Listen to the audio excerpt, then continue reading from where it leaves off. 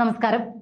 Solar പീഡന കേസിലെ പരാതിക്കാരിയുമായി ഗണേഷ് കുമാറിന് അടുത്ത ബന്ധമുണ്ട് എന്ന് തെളിയിക്കുന്ന കൂടുതൽ വിവരങ്ങളാണ് ഇപ്പോൾ പുറത്തു വരുന്നത്. മന്ത്രിയുടെ ഔദ്യോഗിക വസതിയിലും ഓഫീസുകളിലും അവർ സ്ഥിരം സന്ദർശകയായിരുന്നുവെന്ന് ഇപ്പോൾ വ്യക്തമാവുകയാണ്. ഉമ്മൻചാണ്ടിയെ പീഡന കേസിൽ കുടുക്കിയത് തന്നെ എന്ന വെളിപ്പെടുത്തലാണ് ഇപ്പോൾ വൈറലായിക്കൊണ്ടിരിക്കുന്നത്. മുൻ മുഖ്യമന്ത്രി ഉമ്മൻചാണ്ടിയെ സോളാർ പീഡന കേസിൽ കൊടുക്കാൻ മന്ത്രിയായിരുന്ന കെ ബി ഗണേഷ് കുമാർ ഗൂഢാലോചന നടത്തി എന്ന വെളിപ്പെടുത്തൽ കേരള രാഷ്ട്രീയത്തിൽ വൻ വിവാദങ്ങൾക്ക് തന്നെ തിരികൊളുത്തുകയാണ്. ഗണേഷ് കുമാറിന്റെ മുൻ പേഴ്സണൽ സ്റ്റാഫ് അംഗം സുധീർ മലയിൽ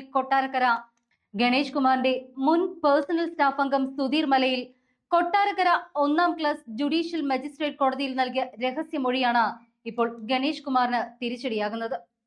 ഉമ്മൻചാണ്ടിയെ പാഠം പഠിപ്പിക്കുമെന്നും അദ്ദേഹത്തെയും മറ്റ് UDF നേതാക്കളെയും പീഡന കേസിൽ കൊടുക്കുമെന്നും ഗണേഷ് കുമാർ തന്നോട് പലവട്ടം പറഞ്ഞിരുന്നുവെന്നാണ് സുധീറിന്റെ മൊഴി. വരാനിരിക്കുന്ന നിയമസഭാ തിരഞ്ഞെടുപ്പിൽ ഈ വിഷയം സജീവ ചർച്ചയാകുമെന്ന് ഉറപ്പായതോടുകൂടി LDFിനും ഗണേഷ് കുമാറിനും ഇത് വലിയ പ്രതിസന്ധി തന്നെയാണ് സൃഷ്ടിക്കുന്നത്. ഗണേഷ് കുമാർ മന്ത്രിയായിരുന്ന കാലയളവിൽ പേഴ്സണൽ സ്റ്റാഫിൽ ഉണ്ടായിരുന്ന വ്യക്തിയാണ് സുധീർ മലയിൽ. സോളാർ പീഡന കേസിലെ പരാതിക്കാരിയുമായി ഗണേഷ് കുമാറിന് അടുത്ത രീതിയിൽ ബന്ധമുണ്ടായിരുന്നുവെന്നും മന്ത്രിയുടെ ഔദ്യോഗിക വസതിയിലും ഓഫീസുകളിലും അവർ സ്ഥിരം സന്ദർശകയായിരുന്നുവെന്നും മൊഴിയിലുണ്ട്.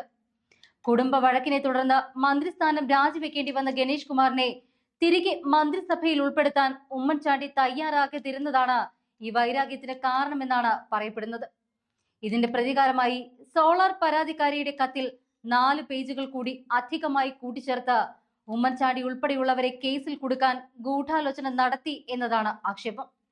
ഉമ്മൻചാണ്ടിയോടുള്ള വൈകാരികമായ ബന്ധം വോട്ടർമാർക്കിടയിൽ സജീവമായിരിക്കുന്ന ആ സാഹചര്യത്തിൽ ഈ പുതിയ വെളിപ്പെടുത്തലുകൾ തിരഞ്ഞെടുപ്പിൽ UDF പ്രധാന ആയുധമാകും. 2011 മുതൽ 2013 വരെയുള്ള കാലയളവിൽ ഉമ്മൻചാണ്ടിയുടെ പേഴ്സണൽ സ്റ്റാഫായിരുന്ന സുധീർ മലയിലാണ് കഴിഞ്ഞ ദിവസം Kottarakkara judicial first class magistrate കോടതിയിൽ ഈ മൊഴി നൽകിയത്. ഉമ്മൻചാണ്ടിയെ അപകീർത്തിപ്പെടുത്താൻ സോളാർ കേസ് പ്രതിയുടെ കത്തിൽ 4 പേജ് ഗൂഢാലോചന നടത്തി അധികമായി എഴുതി ചേർത്തു എന്ന കേസിലാണ് 4-ാം സാക്ഷിയായി സുധീർ മലയിൽ മൊഴി നൽകിയത്. 2013 മന്ത്രിസഭയിൽ നിന്നും ഗണേഷ് കുമാറിനെ ഒഴിവാക്കണം എന്ന് കാട്ടി R ബാലകൃഷ്ണപിള്ള സ്പീക്കർക്കും മുഖ്യമന്ത്രിക്കും കത്ത് നൽകിയിട്ട് പോലും ഉമ്മൻചാണ്ടി ഗണേഷിനെ സംരക്ഷിച്ചു നിർത്തി.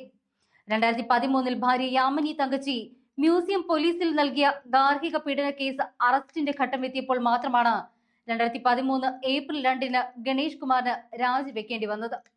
കേസ് ഒത്തുതീർപ്പാക്കാൻ അന്ന് തൊഴിൽ മന്ത്രിയായിരുന്ന ഷിബു ബേബി ജോണിനെയാണ് ഉമ്മൻചാണ്ടി ചുമതലപ്പെടുത്തിയത്. കേസ് ഒത്തുതീർപ്പായതോടുകൂടി വീണ്ടും മന്ത്രിയാക്കാനുള്ള ആഗ്രഹം ഉമ്മൻചാണ്ടിയോടും UDF നേതാക്കളോടും ഗണേഷ് കുമാർ പറഞ്ഞു. എന്നാൽ പലവിധ കാരണങ്ങളാൽ അത് നടന്നില്ല. ഇതിന്റെ നീരസം ഗണേഷ് കുമാറിന് ഉണ്ടായിരുന്നു. ഉമ്മൻചാണ്ടിയെയും UDF നേതാക്കളെയും പാഠം പഠിപ്പിക്കുമെന്നും പെണ്ണ് കേസിൽ പ്രതിയാക്കുമെന്നുമെല്ലാം അന്ന് അടുപ്പമുണ്ടായിരുന്ന തന്നോട് പറഞ്ഞിട്ടുണ്ട് എന്ന് മൊഴിയിൽ പറയുന്നു. 2015 ഗണേഷ് കുമാർ ഇടതു മുന്നണിയോട് അടുക്കുകയും പത്തനാപുരത്ത് വിജയിക്കുകയും ചെയ്തു. സോളാർ കമ്മീഷൻ റിപ്പോർട്ടിൽ ഉമ്മൻചാണ്ടിയുടെ പേര് ഉൾപ്പെട്ടു എന്നറിഞ്ഞപ്പോഴാണ് ഗൂഢാലോചന ബോധ്യമായത് എന്നും സുധീർ മലയിൽ മൊഴി നൽകി. ഇപ്പോൾ കോൺഗ്രസ് പത്തനാപുരം ബ്ലോക്ക് പ്രസിഡന്റാണ് സുധീർ.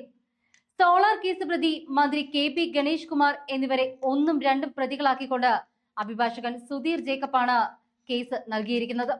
വാദിഭാഗത്തിനു വേണ്ടി അഭിഭാഷക ജോളി ഹാജരായി.